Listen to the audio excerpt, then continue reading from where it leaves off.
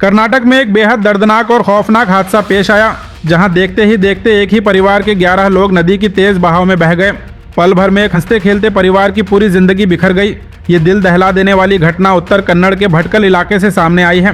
तत्तिहक्कल और वेंकटपुरा river mouth के पास जहां नदी समंदर से जाकर मिलती है, वहां सुबह के वक्त एक ही परिवार के 14 लोग शेलफिश कलेक्ट करने के लिए नदी में उतरे थे।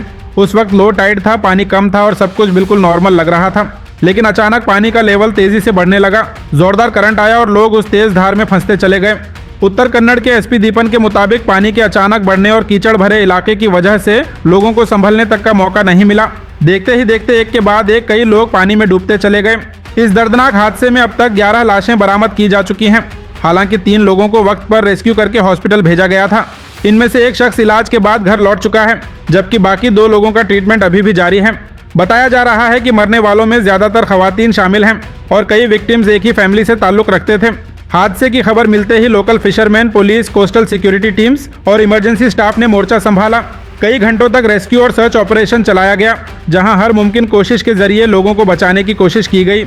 इस पूरी ट्रेजेडी पर प्राइम मिनिस्टर नरेंद्र मोदी ने गहरा दुख जाहिर करते हुए मुतासिर परिवारों के लिए 2 लाख रुपए की माली मदद का ऐलान किया है।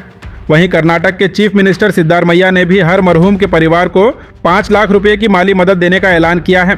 फिलहाल पुलिस ने अननेचुरल डेथ का केस रजिस्टर कर लिया है और पूरे मामले की जांच जारी है।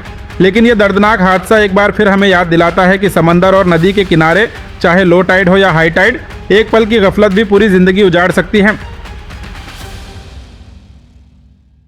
This video is presented by OSM group. आपके घर की क्वालिटी कंस्ट्रक्शन, प्रीमियम इंटीरियर्स और बेस्ट बिल्डिंग मटेरियल्स के लिए OSM रहेगा आपकी बेस्ट चॉइस। फ्री कंसल्टेशन के लिए जरूर विजिट करें OSM ऑफिस।